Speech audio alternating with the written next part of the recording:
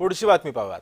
आज राजमाता जिजाऊंची 427वी जयंती उत्साहात पार पडते।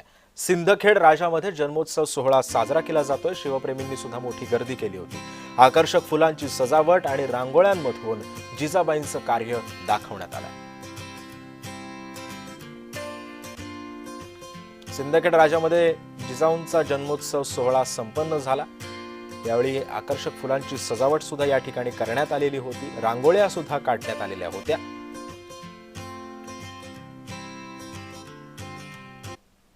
वंशजांकडून आज पारंपरिक पद्धतीने जिजाऊंची या ठिकाणी पूजा करण्यात आली आहे। त्यांना अभिवादन करण्यात आलंय। काही जाधव घरातील वंशज आपल्या सोबत आहेत, त्यांना आपण विचारूयात। मला सांगा राजे, आज आपण पारंपरिक पद्धतीने या ठिकाणी पूजा केली, जिजाऊंना अभिवादन केलंय, काय भावना आहे आजच्या?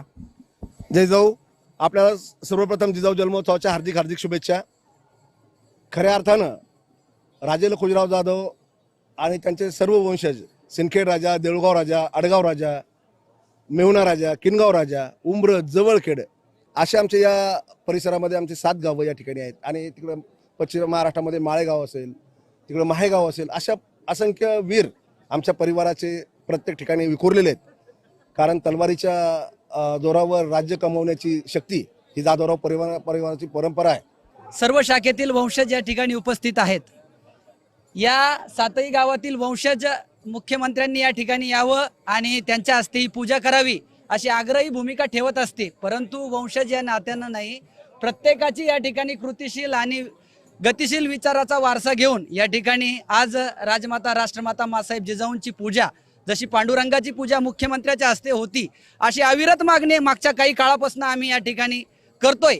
शासनानं, राज्य शासनानं याकडे गांभीर्यानं घ्यावं। हे बघा, कर नाही तर डर नाही। माझ्या माहितीस तो बऱ्याच ठिकाणी असं झालं की मुख्यमंत्री या ठिकाणी आला की त्याचा पाय वितार होतो, परंतु ही मातीच इतकी पावन आहे की या मातीत जर आपण खरंच काही काळे कामं केले असेल तर त्याला आपल्याला सामोरं जावं लागत असतं। त्यामुळे आपण या ठिकाणी काळजी करण्याची गरज नाही। खऱ्या अर्थानं एक जी मागणी गेल्या अनेक वर्षापासून मुख्यमंत्र्यांनी पूजा करावी, ही केव्हा पूर्ण होते याकडे आता संपूर्ण जिजाऊ भक्त नव्हे तर महाराष्ट्राचं लक्ष लागून असणार आहे। प्रफुल्ल खंडारे, जय महाराष्ट्र न्यूज, बुलढाणा। स्वतः केंद्रीय आरोग्य राज्यमंत्री प्रतापराव जाधवने नुकतंच जिजाऊंना अभिवादन केलंय। काय नेमक्या त्यांच्या भावना जाणून घेऊयात। दरवर्षीप्रमाणे याही वर्षी तुम्ही सपत्नीक या ठिकाणी जिजाऊंना अभिवादन केलं, काय भावना आहे आज? आज 12 जानेवारी आणि संपूर्ण महाराष्ट्र आणि महाराष्ट्राच्या बाहेरही सर्व जिजाऊ प्रेमी असतील, छत्रपती शिवरायांचे सर्व मावळे असतील, प्रेमी असतील, मोठ्या उत्साहामध्ये 12 जानेवारीला राष्ट्रमाता राजमाता जिजाऊ माँसाहेबांचा जन्मोत्सव हा मोठ्या उत्साहात आनंदात सिंदखेड राजा या ठिकाणी साजरा केला जातो।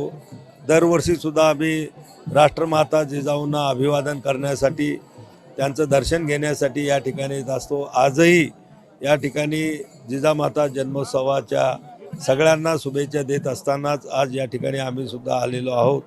आणि खऱ्या अर्थानं हे बुलढाणा जिल्ह्याचं वैभव आहे की बुलढाणा जिल्ह्यासारख्या जिल्ह्यामध्ये राष्ट्रमाता जिजाऊ माँसाहेबांचा जन्म झाला आणि त्यांनी हिंदवी स्वराज्य संस्थापक छत्रपती शिवरायांना जन्म देऊन त्यांच्यावर संस्कार करून त्यांच्या हातून या संपूर्ण देशामध्ये अगदी विपरीत परिस्थिती असताना सुद्धा हिंदवी स्वराज्याची स्थापना करून घेतली।